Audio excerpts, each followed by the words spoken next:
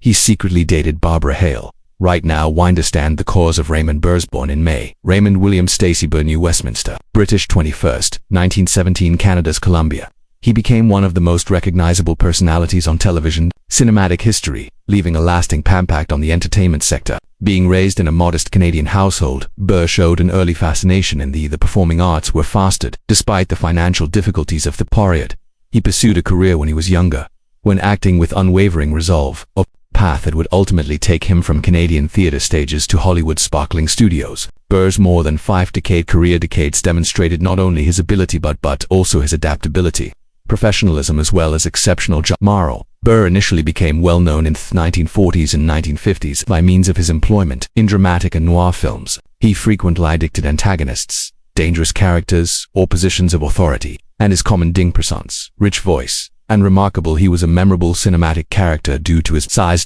Character. Notable motion pictures from this era: the 1954 film Rear Window, which was helmed by in the Alfred Hitchcock film. Burr portrayed a dangerous neighbor in A Position in the Sun 1951, demonstrating his capacity to add dimension and nuance to intricate support. However, his early cinematic career frequently focused on hostile perspectives, displayed his versatility and ready him for the pivotal role of his existence. The legacy of Raymond Burr is most closely related to his revolutionary part as Perry Mason, the outstanding, unwavering defense lawyer in Perry. The enduring television series Mason on broadcast between 1957 and 1966. This position not only launched him to worldwide renown, but also reinterpreted the television lawyer archetype.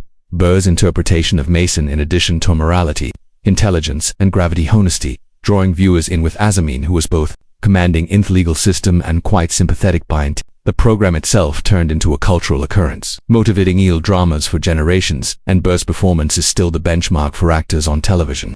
His efforts on Perry Mason was awarded to Emmys for exceptional lead performer in a drama series, solidifying his standing as a consummate expert and an expert in his art. In addition to Perry Mason, Burr kept showcasing his incredibly flexibility with his depiction of Ian Ironside, 1967, Robert T. Ironside, 1975, where he portrayed an accomplished detective, limited to using a wheelchair. This position pioneered a novel approach to representing Burr and disability on TV, dressed it with sincerity, dignity, and strength. His act inspired viewers to consider people with disabilities as competent, wise, and brave, expanding his influence on society even more beyond amusement. Through Perry, Burr showed Ironside and Mason his capacity to live in several dimensions, leaving a heritage of a strong moral heroes who motivated the audience. In addition to performing, Raymond Burr was renowned for his generosity, compassion, and individual kindness. He was in favor of many philanthropic causes, especially in the domains of education, healthcare, as well as the arts. Moreover, Burr loved and the natural world, frequently withering to his vast estate in California, to achieve equilibrium and comfort away from the rigorous requirements of Hollywood. In spite of his notoriety, he stayed incredibly confidential regarding his persimmon life, gaining admiration for his modesty considering discretion in a sector that frequent licorice by controversy. The work of Raymond Burr, both brief experiences influenced my personal existence, customary encounters, and then a profound enduring friendship that characterized his personal contentment. His initial marriage was cast as Isabella Ward in 1919.2004, a partnership that started in the theater industry. First, the two in 1943, when Isabella was being one of the students at the Pasadena Playhouse, the most prestigious performing arts schools in the United States during that period, as well as Burr was employed there as a teacher. The Playhouse served as a haven for prospective performers, and it was in this imaginative setting of rehearsals, performances, and creative aspirations that they made their first connection. Even if they parted ways following that initial encounter, destiny brought them once more in 1947 when Isabella went back to California as a member of a traveling theater group. Their friendship was renewed at their second meeting, resulting in their January nuptials October 10, 1948. Their marriage occurred at the same time, with Burr's career reaching a turning point. Ash was going to start shooting the 1948 noir Pitfall, a film that provided increased recognition in Hollywood. There was a theatrical element to their union as well, as the pair in May of the same year appeared on stage together in a production at the Pasadena Playhouse concerning the Paul Gowen's artistic life. These joint efforts indicated that they did not share not just a personal relationship but also expert one trying to establish a wedded life based on their shared passion for the theater. But the marriage didn't last long. In the beginning, they lived in small conditions, using the basement apartment in a big house in Hollywood that Burr informed his mom and grandparents. This living situation might have put extra demands placed on the pair while were still attempting to establish themselves on their own. Only a few months after their marriage, fissures appeared, and Ward ultimately went back to her hometown, Delaware. The imminent physical separation gave way to one that was lawful, and even though they didn't complete their divorce until 1952, the partnership had successfully ended a long time ago. Remarkably, following neither Burr nor Ward during the divorce married again, implying that for both, they decided to try marriage, not to do it again. In particular, for Burr, the years after this period of his life signaled a clear shift toward more secretive and unorthodox. In 1960, Burr's individual life took a drastically different turn when on the scene. He ran into actor Robert B.N.V. Day of Perry Mason. When they met, it was the commencement of a deep collaboration that would endure longer until Burr's passing 30 years later. B.N.V., who was at that time was working for his own profession, in acting swiftly evolved into more than just a close, trustworthy, but Burr's most important friend. Even so, B.N.V. acted for a couple more years till 1963. He made the decision to quit his job, possibly acknowledging both his personal interests as well as the potential for establishing a life together outside with birth demands of entertainment. But then he changed into a role behind the scenes, eventually turning into a consultant for production on 21 of the Perry Mason television series. This provided him a stable position in the field while still permitting him to participate in Burr's career endeavors. Collectively, B.N.V. and Burr also created a life based on joint business endeavors. They created an orchid company that reflected Burr's own enthusiasm for horticulture and then grew to include owning and running a vineyard in the arid state of California, the Creek Valley. Their vineyard business was more than just a pastime, buttoned into a significant business venture, combining Burr's well-known status with the managerial abilities of B.N.V. The pairmen created a home and a workplace collaboration that persisted throughout the shifting Burr's career trajectory, creating a balanced lifestyle quieter farming combined with Hollywood stardom. In 1993, Burr passed away. The strength of their relationship was highlighted due to the fact that he left his whole property to B.N.V. This action showed not just the confidence he positioned in both his partner and the importance of their decades-long friendship.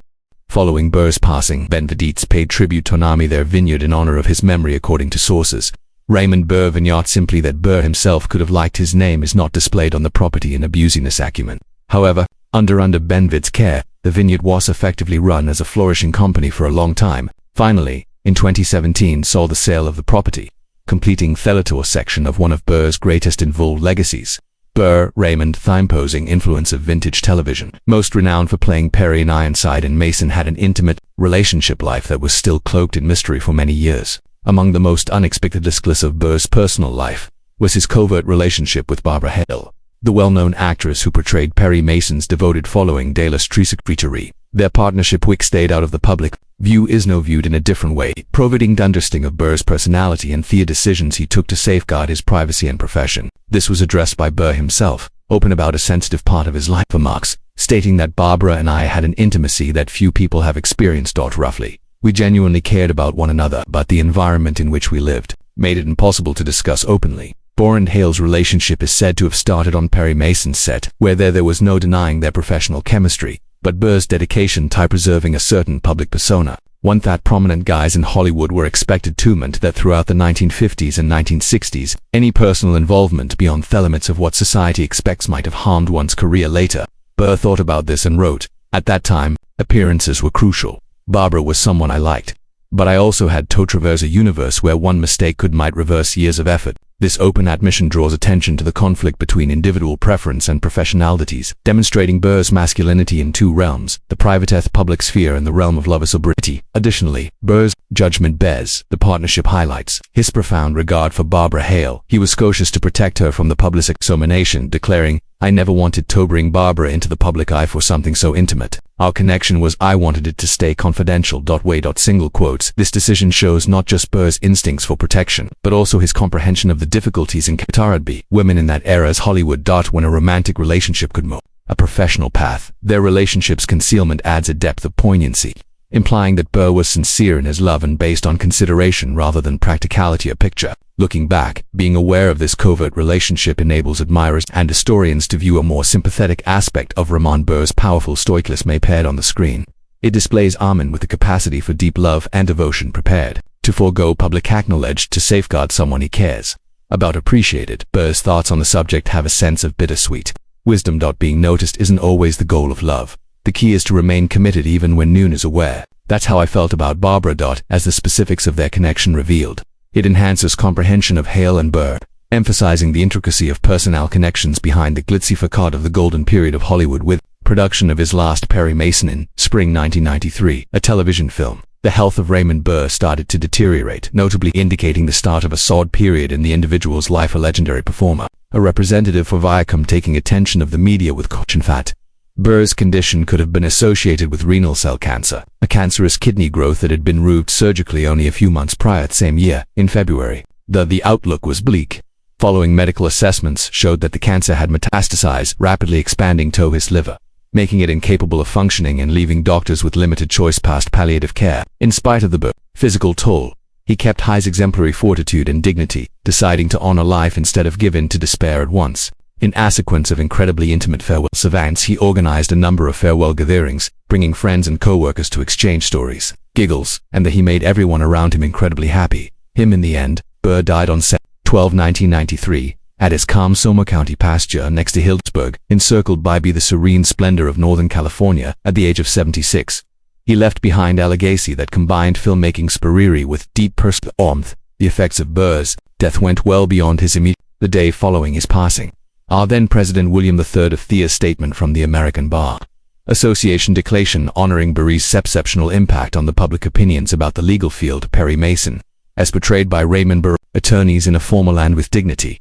Mr. Burr made an effort for being so genuine in his courtroom descriptions that we consider his seemed as if we had lost one of our own. Burr's representation of the thorough, ethically sound defense the lawyer had struck a deep chord with the general population that a national law of 1993 according to a journal poll. Perry was ranked. Mason came in second on a list of lawyers they most admired, whether real or imagined, putting him immediately following the Calorfiulatni F. Lee Bailey, together with the head of historical personalities like Abraham Thud, civil rights activist Lincoln Janet Marshall, the former Attorney General Reno Ben Matlock, the fictitious TV attorney, and even former President Hillary Clinton's First Lady, and later became a rising star, political person. This acknowledgement the persistent cultural inputs of Burr's creations, proving that his performance had went beyond amusement to impact how the public perceived the legal profession itself. The last resting place of Burr, both his ancestry and his heritage from Canada. He was buried with his sister and parents from 1920 till 2001.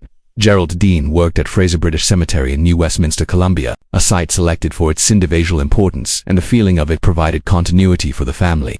On October 1, 1993, there was a private memorial service AF Playhouse in Pasadena, drawing round 600 relatives and friends who came to pay tribute to him, tell tales about his life, and make payments honoring a guy whose existence had impacted a great number of people worldwide. Amusement and more. Burr's personal life and choices pertaining to his estate demonstrated his profound faith and devotion to his lifelong friend Robert Benves, who played a key role in the intimate life of Burr, as he wishes Burr gave Benves his entire estate, purposefully leaving out all other family members, such as a sister, nieces and nephews. This choice wasn't without disagreement.